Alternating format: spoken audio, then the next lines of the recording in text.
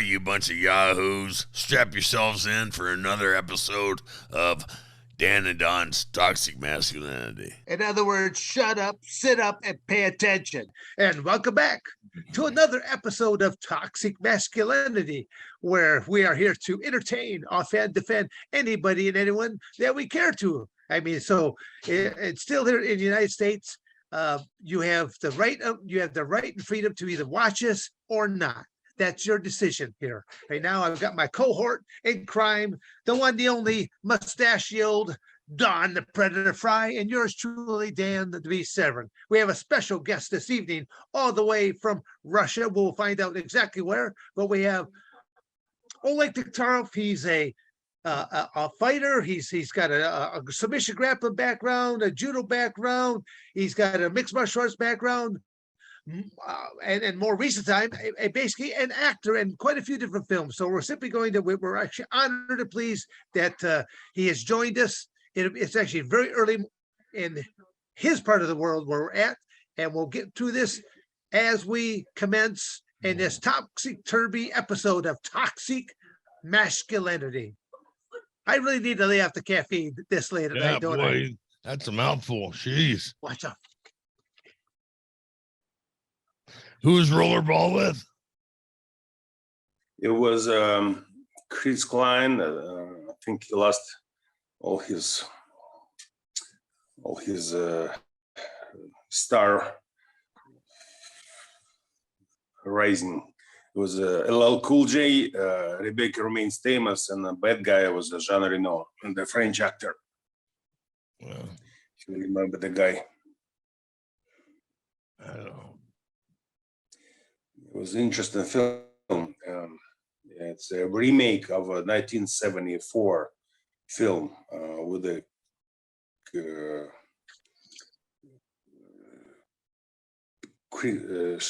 James Caan. Yeah, James Caan. Okay, that's what I was thinking. I was thinking about the original one. I made a movie with James Caan, like, I don't know, 15 years ago, and I insulted him. Not meaning to. He was like, hey Don, you like watch you fight, blah blah blah. He says, here's my card, take my number, you call me and I get you this. I was thinking, no, James Caan he'll never answer the phone. I'd be embarrassed. Why would I disturb him? He's a great actor, and I says, no, you call me. You take my number. You call me, and I'm insulting him. Oh my God, it's so embarrassed. But I never got to apologize to him, And so I take it you never got the phone call? No, never got a phone call. He never answered my phone call either, like I thought. Jeez. Yeah, great guy, but I just insulted him completely by doing that. I didn't mean to. Did not mean to. See, now we hear some story, the skeletons. Yeah. The stupid things you do by not being smart, when you're young in the career, Well, now he probably hears you from up there, and he accepted your apology. Yeah, I hope so. Yeah, it broke my heart when I found out he passed away, because he's such a great actor. Jeez. But when we were on set, he told some stories. Heath Herring and I, we pestered him about stories about when he worked with John Wayne, in El Dorado, I think it is. And he would tell stories, and we were just like, wow, like little kids in front of the fireplace. Yeah, I did a film, National Treasure, Nicolas Cage and some other guys. Yeah. And we had a party, Christmas party at the Nicolas Cage house. 200 people, all stars, but they were like, like the husband of the, what's her name? That Bruce Willis's wife. What's her name? Ex-wife. Yeah. Demi Moore. Demi Moore, yeah, he was a husband of Demi Moore, that young. anyways, those like that's pretty much what kind of stars would behave, like very Right. cocky, fucking nobody. You're a star because you're married to the tall lady, fucking. And there was a great guy came. He's pretty old, but behaved himself like he's like he's 50. Moved, and he's smart. He's intelligent, and every joke, everything he says is. I mean, you just cracking up. It's a sense of humor is beyond belief. And then we instantly met. We liked each other. We walked around this party. Everybody was chasing us because everybody, like, whatever we say, people just laughing, And then when he left, I found who the guy is. Have you seen the movie Bonnie and Clyde? No. Bonnie and Clyde. Yeah. Yeah. Oh, the old one or the new one? Older one, yeah. That's 60 something. Who was that? 67, I think. Yeah, I know what you're talking about. I can't think of his name right now. Huh? Warren Beatty. Warren Beatty, right? Exactly. Yeah. Warren Beatty, yeah.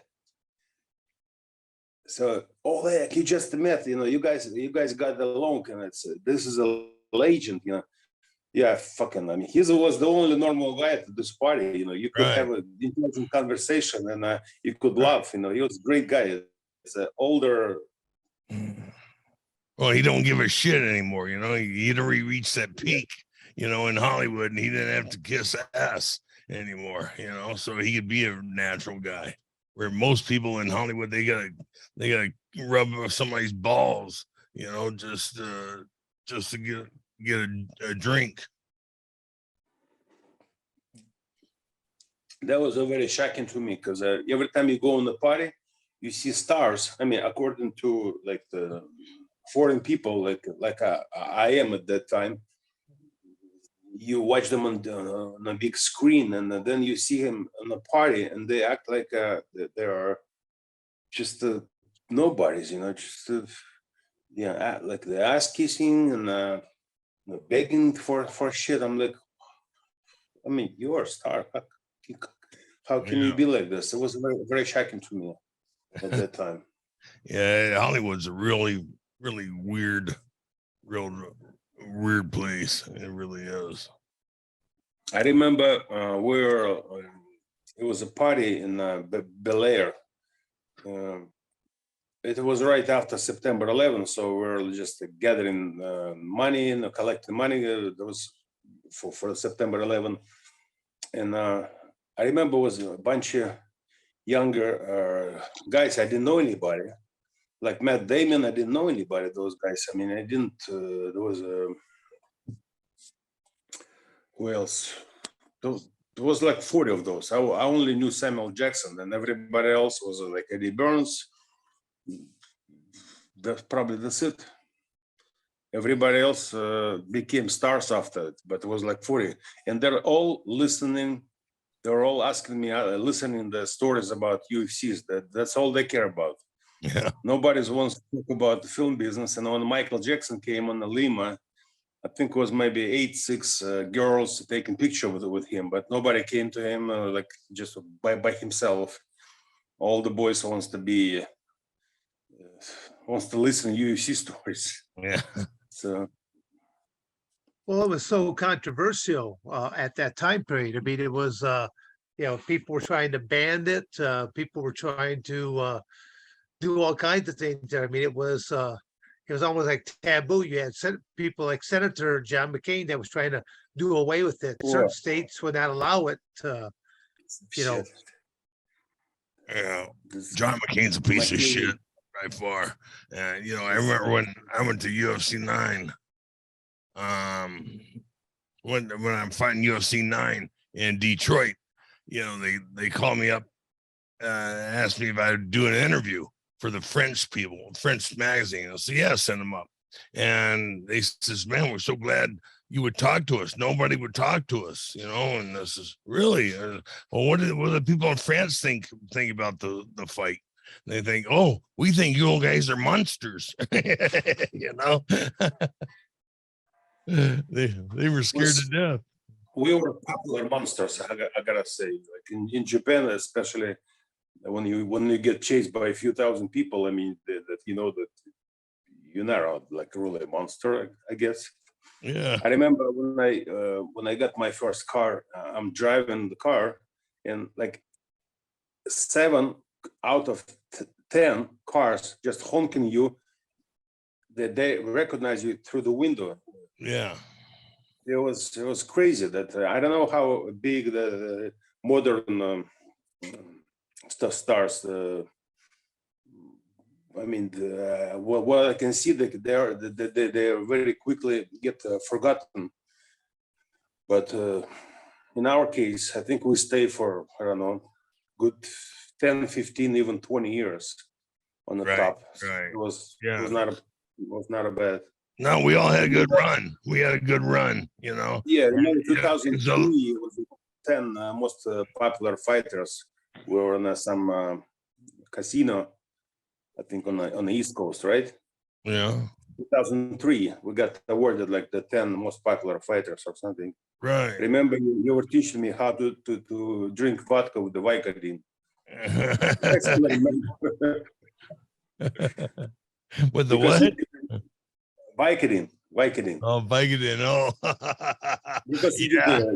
you did the wrestling at that time, and I guess you were in pain all the time. Yeah. You know, you're always on the road, and that's how you would fight those. Yeah, you get the Vicodin and the booze, and you become bulletproof, and you start doing stuff that you should be sitting out, you know, and recuperating from, you know, and And I remember we were dancing with the black girls in the club that night. I think you and I think all the girls were black with the big ass. yeah. And there was no white people there. You and I only dancing hip hop.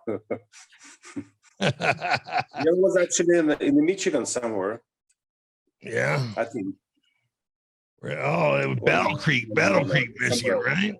Yeah. Battle Creek, Well, maybe. Michigan. Or Maybe. is that the show that Kit Likens put on? Yeah, I okay, mixed all together, I think. oh, it's all right. I mean, no, again, now when you say that with the Kit Likens, that was a 3-ring circus with a side freak show, that whole event. Yeah. Yeah. They But look I like, do remember the dance, because we couldn't stop. We danced all night, and I'm like, shit, it works well. It was, the Vicodin, vodka, and maybe Red Bull. I'm not sure what was popular at that time. yeah, vodka and Red Bull were really popular. Yeah. Yeah, just the funniest stuff. I think it was Frank Shamrock there, and the rest, like I said, just big girls with big ass, and us. That's it, all night long. Well, you got better memory than I do, boys. There's a lot of things I try to forget in my life, you know. How'd you get to be Nikolai and the Predators or Predator, the movie? Just the casting. I remember I did some horrible show in Russia, and I came in late August just to get my kids to school. Yeah. And my friend called me, "Hey, Oleg, why don't you go? You know, there's a casting for film Predator. There is Russian part." I said, "Why don't you go there?" I mean, I already went. There was like a bunch of Russians there. I said, "Okay, I'll go." And of course, I read the script, and it was easy for me. I did some improvisation, and I guess Robert Rodriguez loved it, because I was a first person who been casted, even before Danny Trejo or anybody else. So I was number one. I didn't know anything about it. I was in Russia, and I was ready for the horrible fall, doing some horrible show, something I didn't like. And suddenly I got like, "Hey, Oleg, you flying to Hawaii on August 5th. I still remember. You flying through, flying to Honolulu through Seoul, and then another stop, and then you go to Big Island. And like my first question, why the hell I have to go through Honolulu? San Francisco is much quicker. I guess the tickets were purchased in Texas, I guess, because that's where studio was Robert Rodriguez located. And Texas people, they think the world is like flat, and the center of the world is Texas. So they didn't know anything about it. Cultural center of the universe, Texas. Yeah. Yeah. So, anyways, I'm flying there first class. I was the only person in the first class in the area, Korea, and I'm trying to scratch my butt, and I'm searching for my butt, and like, do you need any help? I said, no, thank you. I got it. Then the second time I want to scratch my butt, well, can we help you? And the two Korean ladies, like pretty. I said, no, I'm okay. Like, yeah, I just want to scratch my butt. We can help you. I said, no, fucking no. Thank you so much. What airlines was that? That's quite a bit of service. Air Korea, first class. You gotta fly first class to Air Korea. So I was flying to Honolulu. One person in the first class. It was quite amazing. Two guys won an Oscars from my fellow actors on the film. Walton, I think, Mahershala Hashbaz Ali, I still remember his name, the black guy, and I think Walton Goggins or something. Who else? Of course, Adrian Brody, he was already having an Oscar. So we was like 6 of us, I think. That's it. 4 years on the Predators. So 4 months shooting Predators. So it was a great experience. And the guy who told me, Oleg, why don't you go for an audition? 1 year before, I was in Spielberg's office, and there was a casting for film Indiana Jones, and I already passed the casting. And I'm reading the original script. Yeah, you are not allowed to read the script, because the screenwriters usually sue the company, sue the Spielberg.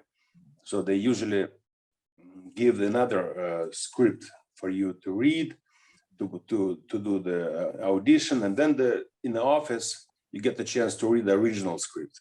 So I'm reading the script, and I don't like it, And I'm saying, Steven, you know what? I don't think I wanna do this part. I mean, I have a friend, he could be perfect for it, but I rather do Saving Private Ryan 2 for no money. But this is something I don't think I'm good for, because the fucking eating by the ends, being punched by Harrison Ford. I'm like, shit, what the fuck is that? Like it's not what I've been dreaming about. And this guy got the part. And the only thing I was jealous of, that they shot the film in Hawaii. Here, 1 month later, I'm playing a hero in a similar, big film. And again, they shoot in Hawaii, and they stay in the same hotel, same amount of time. Of course, money was much less, but it's okay. But well, at least I'm proud of my role. It's the first time Russian was a hero in American film, box office. What was the name of the movie? The Predators. That's one you asked me. Yeah, I thought you said Saving Private Ryan too. You got me. No, I would. I told him, I would play in the Saving Private Ryan 2, the second one, if you do one for free instead of doing the Indiana Jones, the last Indiana Jones. Right. So I didn't like the role. So it was very stupid of me, but we do stupid things sometimes. Yeah, we do. Even saying no to Spielberg. Yeah. What would you have done if what would you done if Will Smith slapped you in the face during the filming of Bad Boys 2? I would probably do the bobbing and weaving and punch him in the liver. Like, I did the film with him, Bad Boys 2. Yeah. But I liked Martin Lawrence's personality much more because he was more like, it was more natural. Will Smith was just like in the film, like he's acting when you meet him in everyday life. So it feels like he's just baloney. And Martin Lawrence was great. I mean, I liked the guy, and I liked all the other guys who were in the film. I call them Cuban crime. So they would always drink at the same place, and I say, hey guys, put me some rum. What are you guys drinking? They always drink rum. Smoke cigar, drink rum. They're like most of those guys were really Cubans in the film. Bad Boys 2, if you remember the film. It was it came out 2002. Was money good? Money was okay because I had a smaller part, but the residuals were great. Yeah. I still get money for some films. Yeah, I haven't got residuals. I haven't got residuals for years, you know, but it used to be nice to go to your mailbox and have a check there for you from, 3 years ago or something like that. Yeah, because there was a strike, some actors, the union want to get the money for internet or something. So eventually the producers start making films without union actors. So they went again for talk. They lower the percent for the actors. Yeah, right. From the previous films. And before you could get, some people would get 200,000 checks. Like my biggest checks were like 29,000 for rollerball and I think 31 for 15 minutes, and maybe something else. I'm not sure, but altogether it was still great. And within a year, you could get a couple hundred, even more, those checks. And now, not even 20,000 after that strike. They changed all this around about residuals. Yeah. So now, I was a member. I was a member of. What's that? Yeah, once you get too greedy, you get nothing. Yeah. I was a member of SAG for like 10 or 12 years, and then I had that stroke in 2016. And so I didn't work for a couple years, and they dropped me like a bad habit, after, paying dues for 12 years, boom, you don't qualify, you're gone. But at least you had a Screen Actors Guild insurance, probably medical. So I did up until I didn't qualify. You see, that's what I'm saying. I didn't qualify because of the stroke, then they got rid of me. But that's good. Yeah, but they paid for it up to that point, so I can't no reason to bitch, At least they paid for the surgery and all that on the stroke. So. And you can't have everything, no place to put it, right? Yeah. Thank you for watching another episode of Dan and Don's Toxic Masculinity. You better like, subscribe, and share, or I'm going to come to your house.